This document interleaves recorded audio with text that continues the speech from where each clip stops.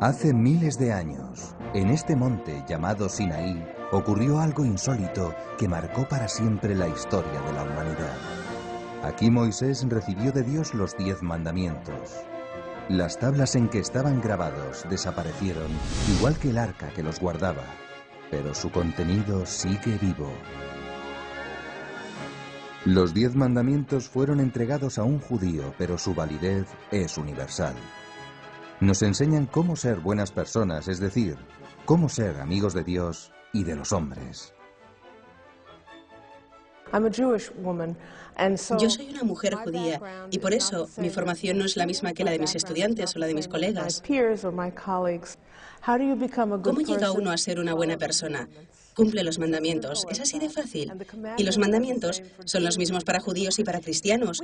Nosotros tenemos unos pocos más. Tenemos 613. Ustedes tienen 10, pero es suficiente. Compartimos los mismos 10 y esos 10 son el fundamento de nuestras acciones en todas partes. El cristianismo no propone un modo de conducta o un modo de vida que sea contrario o diferente de la propia persona. O sea, el cristianismo lo que está proponiendo es hacer mejores personas y de hecho Jesucristo es la persona perfecta. Mientras sigan existiendo personas, el fundamento del decálogo sigue vigente, sigue radicalmente vigente. Pero, ¿no es negativo el decálogo? ¿No es una lista de prohibiciones? Las aparentes prohibiciones del decálogo son defensas de derechos. Si el decálogo dice no matar, evidentemente lo que está haciendo es proteger la vida. Esos mandamientos resumen la ley natural, marcan los deberes y los derechos fundamentales de la persona. Es la moral humana universal, camino de vida y base de toda relación social. Lo más importante es determinar si existen principios y valores de naturaleza moral que puedan ser conocidos de forma más o menos objetiva o más o menos aproximada por los hombres, o si la moral se reduce a ser algo puramente convencional, puramente social o puramente cultural. El decálogo fue llevado a su perfección con el mandamiento nuevo que promulgó Jesucristo, el amor. El punto de partida de toda la tradición social católica es el amor misericordioso de Dios, demostrado en la vida, muerte y ministerio de Cristo. No nos lo merecemos y ese debe ser el modelo de nuestras relaciones entre unos y otros. El hombre, amado y perdonado por el Creador, está llamado a la felicidad eterna. Ahí radica su dignidad. Con ayuda de la gracia divina se transforma, se convierte y su amor a Dios desborda hacia el prójimo. Cuanto hicisteis a uno de estos, a mí me lo hicisteis. Solo ese amor puede mejorar radicalmente el mundo.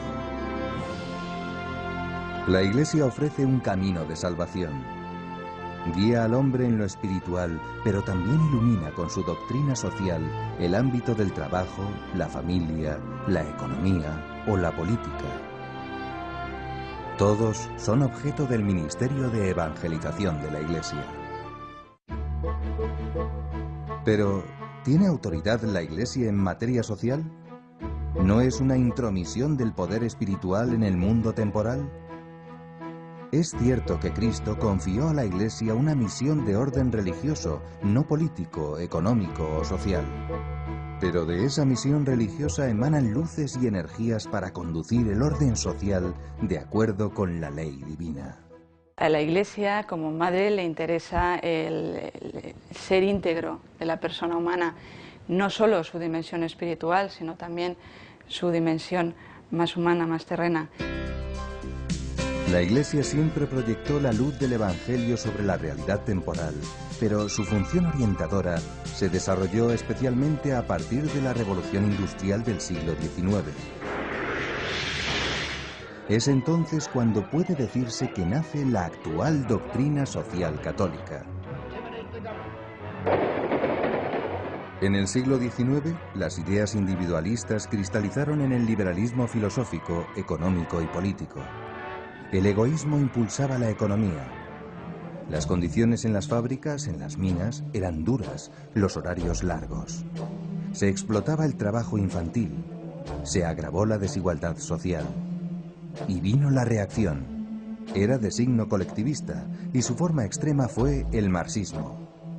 Para Lenin, el individuo era una pieza prescindible si así lo exigía la revolución proletaria. El Estado comunista absorbió todos los poderes. So pretexto de igualdad, pretendía una relación exclusiva Estado-súbdito. Esa tendencia estatista perduraría, atenuada en los socialismos contemporáneos. Individualismo y socialismo partían de antropologías falsas y sus resultados fueron negativos. El comunismo se desplomó. Emerge como vencedor el individualismo. Aporta prosperidad material, pero ignora el fin sobrenatural del hombre. Es una antropología incapaz de superar la envidia y la codicia y engendra sociedades tristes, con un número creciente de personas solas o aisladas. Era patente la necesidad de otro modelo, o modelos, cuyo centro fuera el gran olvidado de la filosofía racionalista, el amor. Frente al odio de la lucha de clases se elevó ya en el siglo XIX la voz del Papa León XIII. Su encíclica Rerum Novarum puso la primera piedra de una doctrina que no ha cesado de desarrollarse hasta hoy. Históricamente, la enseñanza social católica ha sido importante porque ha apoyado al individuo de muchas maneras. Consideremos cosas como la seguridad social, el apoyo a los sindicatos o el énfasis en las pensiones. Mucho de ese apoyo se ha basado en el pensamiento de la doctrina social de la Iglesia.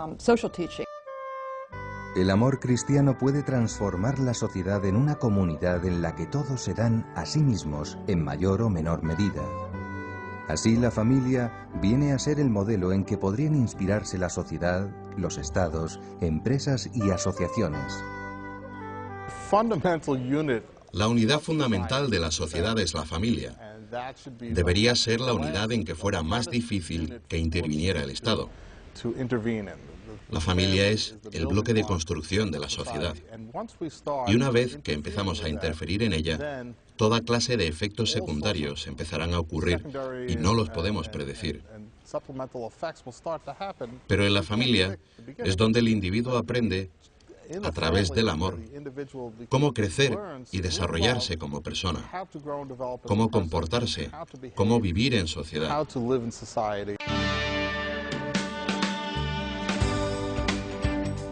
En esta antropología cristiana, el modelo último de comunión es el mismo Dios. La doctrina social de la Iglesia hay que dejar muy claro, en primer lugar, que no es una ideología, no es una tercera vía entre el liberalismo radical y el socialismo. Se pone por encima de estas ideologías.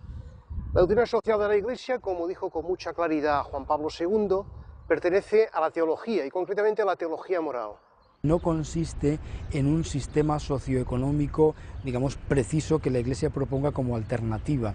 Es un conjunto de principios que permiten valorar y juzgar los distintos sistemas y mejorarlos, pero que no opta por ninguno en concreto, lo cual no quiere decir que no excluya claramente como contrarios a la dignidad del hombre ciertos fenómenos sociales que se dan en los regímenes políticos.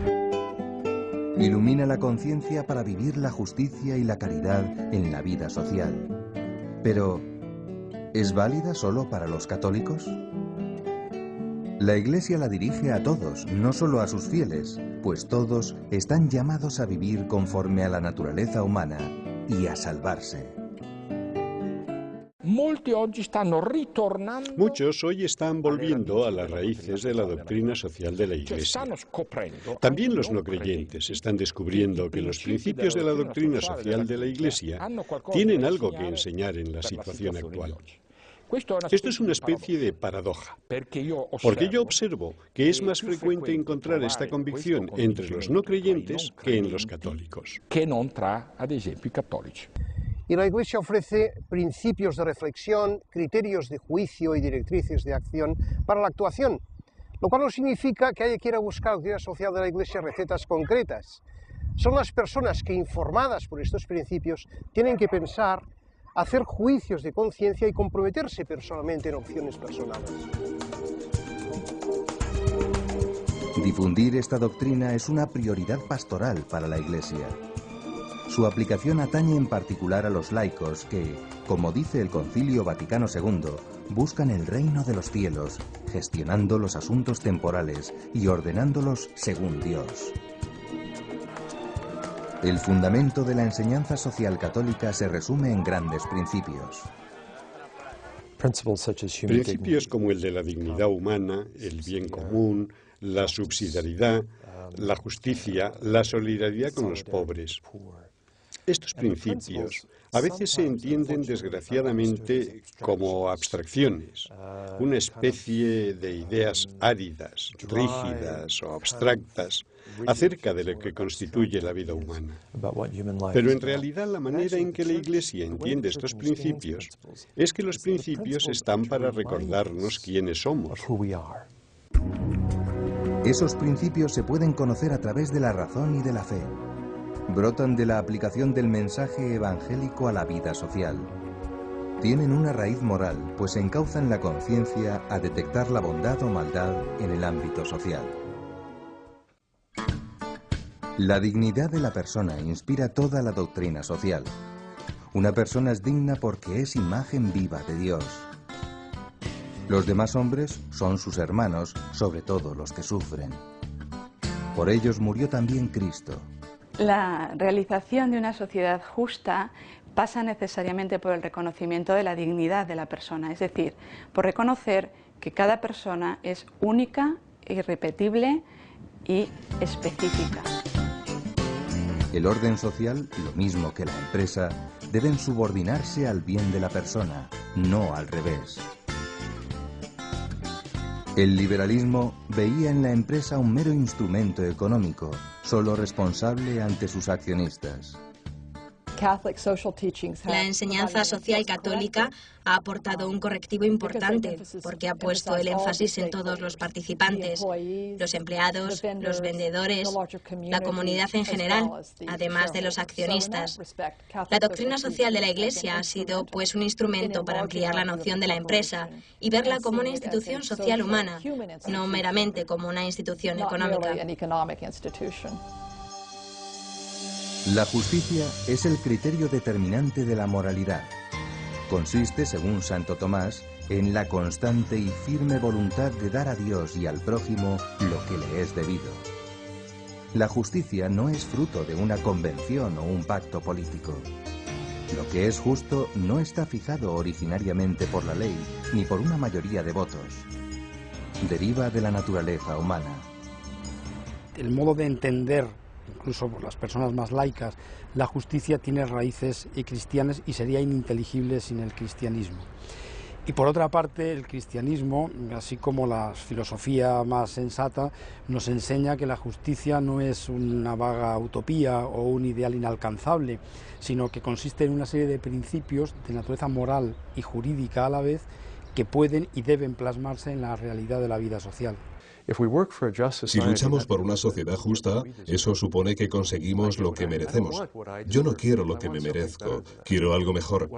Lo que quiero es una sociedad compasiva. Quiero una sociedad que no tenga en cuenta mis faltas y errores, que no mira mi mal obrar. Debemos buscar una sociedad que no solo sea justa, sino misericordiosa. Junto a la justicia, la tradición cristiana propone la solidaridad y la caridad como metas supremas de la ética social. La caridad es camino de paz, bálsamo o antídoto para los conflictos y sufrimientos de la convivencia en sociedad. La caridad presupone la justicia, pero la trasciende. No se trata de buscar justicia en el sentido recíproco, de yo te doy para que tú me des lo mismo, para que tú me retribuyas lo mismo, sino yo te doy sin importar qué me retribuyes. A final de cuentas yo creo que esa es la esencia del amor. Es muy fácil amar a quien te lo da todo. Lo difícil es amar al que no te lo da o al que incluso te hace daño. Pero eso es precisamente la enseñanza que nos dejó Jesucristo. Ninguna ley moverá a hombres y pueblos a vivir fraternalmente. Solo la caridad social puede llevar a amar el bien común por encima del bien particular. La caridad moverá a organizar la sociedad de forma que desaparezcan o se atenúen todas las formas de miseria. El amor y la misericordia hacen posible una sociedad nueva y un mundo mejor.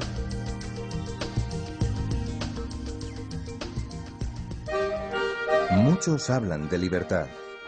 La verdadera es signo de la imagen divina y de la dignidad de la persona. La falsa se reduce a un ejercicio arbitrario de la autonomía personal. Vivir en libertad implica que los lazos entre personas se basen en la verdad y la justicia. La plenitud de la libertad es la elección del auténtico bien en el horizonte del bien común universal. La gran propuesta de la Iglesia Católica es realmente el respeto a la libertad de las personas, porque Jesucristo no se impone en ningún momento y yo creo que eso es altamente positivo. Jesucristo propone un mensaje completamente atractivo, pero la respuesta es estrictamente personal. En el error o en la equivocación no hay verdadera libertad. Es decir, no hay libertad si uno no participa en alguna medida de la verdad o aspira a ella. Invertir ese principio y decir que es la libertad lo que nos hace verdaderos es asumir de una u otra manera el principio del relativismo moral. Entonces no importa lo que hagamos si lo hacemos de forma verdaderamente libre, como si la libertad santificara cualquier conducta. ¿Cómo se respeta la libertad?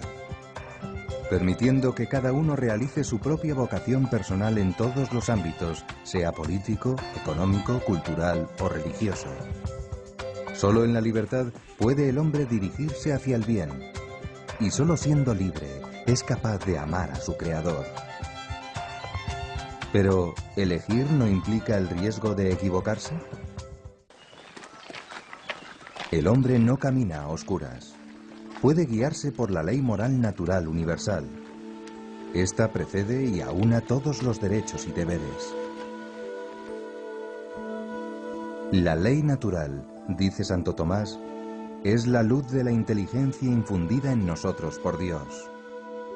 Gracias a ella, conocemos lo que se debe hacer y lo que se debe evitar. La ley natural es una guía que nos muestra cuál es el camino para la realización de la persona humana como tal persona. Por tanto, no de la persona humana como persona católica, cristiana o lo que sea. Por tanto, es una ley universal, es una ley que está inscrita en el corazón de cualquier ser humano. La ley natural une a todos los hombres, inspirando principios comunes. Es una ley inmutable, pero su aplicación requiere adaptaciones según épocas y circunstancias. Uno puede renegar de esa ley, pero nadie puede arrancarla del corazón del hombre. Ciertamente, no todos perciben la ley natural con claridad e inmediatez. El pecado nubla el juicio del hombre y le inclina a traicionar la verdad y el bien. Pero con la ayuda de la gracia y de la revelación, puede superar todas las dificultades. Los derechos humanos nacen de la dignidad de la persona. Su fundamento último no es la mera voluntad de individuos o de asambleas, sino el hombre mismo y su creador. La única posición sólida que los fundamenta verdaderamente tiene que ser necesariamente metafísica. Y por lo tanto hacerlo en principios de lo que algunos pueden llamar la ley natural o el orden moral natural o incluso la razón. Es decir, si no hay un fundamento racional y universal, no hay verdadero fundamento. Pretender que los derechos humanos se fundamenten en las opiniones cambiantes de cada pueblo lleva necesariamente a relativizarlos. Y vemos que en definitiva es así lo que sucede. Los derechos no están condicionados por un sistema político o jurídico o económico o incluso religioso. Los derechos humanos son derechos universales, que yo creo que es parte de lo que también ha aportado el cristianismo desde que existe. Muchos de los dramas actuales se evitarían si prevaleciera el principio del bien común. Ese bien común consiste en un conjunto de condiciones, un marco, que hace posible a los hombres realizarse y alcanzar su fin propio como seres humanos. Debemos volver a hablar del bien común en las tribunas públicas, en la política, en los gobiernos, en los foros internacionales. Pero hay que precisar qué es el bien común, porque muchos confunden el bien común con el bien total. El bien común quiere decir que no son posibles los trade-off, como dicen los americanos. Es decir, yo no puedo sacrificar el bien de alguno, o de una comunidad, o de un país pequeño, para aumentar el bien de algún otro. La sociedad tiene cierta entidad propia. No es un mero agregado de individuos y por eso existe un bien de la sociedad. Pero ese bien común no es la suma de bienes individuales, sino un producto en el que ningún factor puede ser destruido. En un producto, si un factor se hace cero, todo el producto se anula. En una suma, en cambio, un sumando puede hacerse cero y la suma sigue siendo positiva. El bien común está por encima del bien particular como el todo por encima de la parte. La salud del cuerpo prevalece sobre la de sus miembros. Y cuando una sociedad está mejor o cuando una sociedad es más justa, en la medida en que se respeta más la dignidad de cada persona. Pero la dignidad personal es un valor absoluto, de forma que tiene prioridad sobre cualquier consideración social. Nunca la sociedad puede exigir a un individuo la renuncia a su dignidad y a lo que ésta lleva consigo. ¿Cuál es, pues, la norma? ¿Cuál crees que es la regla de oro? Los cristianos dicen, haz a los demás lo que quieres que los demás te hagan a ti. Los judíos lo decimos un poco distinto. No hagas a los demás lo que no quieres que te hagan a ti. Viene a ser lo mismo. La persona concreta, la familia, los cuerpos intermedios no pueden por sí mismos alcanzar su pleno desarrollo. Por ello, la comunidad política debe armonizar con justicia los diversos intereses. Debe conciliar los bienes particulares de los individuos y de los grupos. Un enfoque puramente materialista rebaja el bien común a un simple bienestar económico. El bien común social debe tener una dimensión trascendente. El principio de subsidiariedad significa que las sociedades de orden superior deben adoptar una actitud de ayuda respecto de las menores. Eso incluye ayuda económica, institucional y legislativa. Exige también no suplantar la iniciativa y responsabilidad de los individuos y grupos sociales menores. No es solo el aspecto negativo de decir que el Estado o las instancias superiores no deben hacer lo que pueden y deben hacer los inferiores, sino sobre todo es el reconocimiento de que todos, no hay nadie sobrante en el mundo, no hay nadie sobrante en la tierra, todos tenemos cosas que aportar en la contribución al bien común. La subsidiariedad tiene otros matices y aplicaciones. Mi manera de ver el principio de subsidiariedad es que las decisiones prudentes deben tomarlas las personas que están más próximas a las circunstancias. Aristóteles dijo que cada decisión se toma en lo concreto.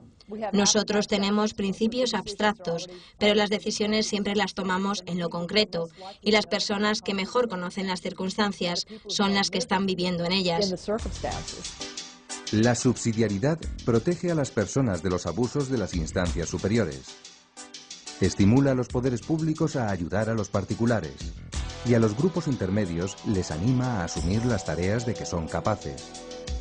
Toda persona, familia y cuerpo intermedio tiene algo de original que ofrecer a la comunidad. Así que si yo tengo un problema, la subsidiariedad diría que mi familia debería ocuparse. Si ella no puede, debería hacerlo mi vecindario. Si no pueden, entonces entra mi ciudad. Si ellos no pueden, el Estado lo haría. Y solo si ellos no pueden, entraría el gobierno federal. Así que no significa que todo tenga que hacerse a un nivel local, sino que las entidades más locales que puedan hacerse cargo de los problemas de un modo efectivo, deben hacerlo. Contra el principio de subsidiariedad se alzan la centralización, la burocracia y el asistencialismo. Y, por supuesto, la intervención injustificada y excesiva del Estado o de cualquier poder público. Tenemos que cuidar que no haya órganos que acumulen tanto poder que lo puedan usar egoístamente. ¿Cómo hacemos esto? Desarrollando las virtudes. Las 4 virtudes morales son justicia, prudencia, moderación o templanza y coraje moral o fortaleza. Llamamos a estas las virtudes cardinales, porque son el conjunto del cual derivan la mayoría de virtudes que podemos identificar. Y después tenemos las virtudes cristianas, que Santo Tomás de Aquino estudió: fe, esperanza y caridad. Así que en realidad tenemos un conjunto de 7. Si las virtudes se desarrollan, los líderes de todos estos organismos, estados, velarán por el bien de los individuos, velarán por el cuidado de la dignidad de los individuos y del desarrollo de estas personas. Si estas virtudes no se desarrollan, tenemos el gran riesgo de llegar a las dictaduras. El principio de solidaridad se inspira en la vida de Jesús de Nazaret, solidario con la humanidad hasta morir en la cruz. En el Redentor, solidaridad y caridad se funden. Así, en su dimensión cristiana, la solidaridad se reviste de gratuidad, perdón y reconciliación. El prójimo es amado, aunque sea enemigo, con el mismo amor con que le ama el Señor. La solidaridad es el reconocimiento del destino común de los pueblos. Los pueblos participan de una interdependencia que es de carácter económico, social, técnico, político. La Iglesia explica que la solidaridad es sobre todo un principio social y una virtud. La solidaridad cristiana es el amor por el bienestar del otro, incluso si no existe un beneficio. En realidad es volver al Evangelio y mirar donde Jesús dice: ¿qué mérito tiene amar a los que te aman? Incluso los pecadores lo hacen. Es la persona que ama al que le odia o que ama a alguien de quien no puede sacar beneficio la que es una persona realmente virtuosa. La solidaridad está vinculada al bien común, al destino universal de los bienes, a la igualdad y a la paz. Pero no se limita solo a los actuales habitantes del planeta. El énfasis del catolicismo en la reproducción se traduce a la ética de los negocios, en la preocupación por las futuras generaciones. Así, nuestros hijos invisibles se hacen visibles en el mundo de los negocios a través de las enseñanzas de la justicia social católica. Una herencia que debemos legar a nuestros descendientes es un medio ambiente sano. La creación fue entregada al hombre no para disiparla, sino para mejorarla.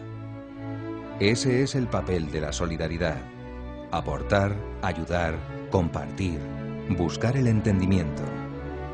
Supone gastarse por el bien del otro, por encima de todo egoísmo. Pero, ¿no es utópica esta doctrina? No podemos aceptar la posición de los pesimistas, esos cínicos que dicen que el mundo va mal, que no puede cambiarse. No, el mundo puede ser cambiado. Y porque puede serlo, todos, pero sobre todo los cristianos, deben arremangarse los brazos para comenzar este trabajo de reconstrucción. La responsabilidad es personal, por tanto de lo que se trata es de cambiar primero el propio mundo, por lo menos el mundo en el que uno está, y eso tendrá su repercusión, ¿no? A corto, a medio, a largo plazo. En fin, el Señor de la historia ya decidirá en qué términos. Del mismo modo que las aguas se abren paso a través de los montes, las ideas cristianas pueden fecundar la sociedad.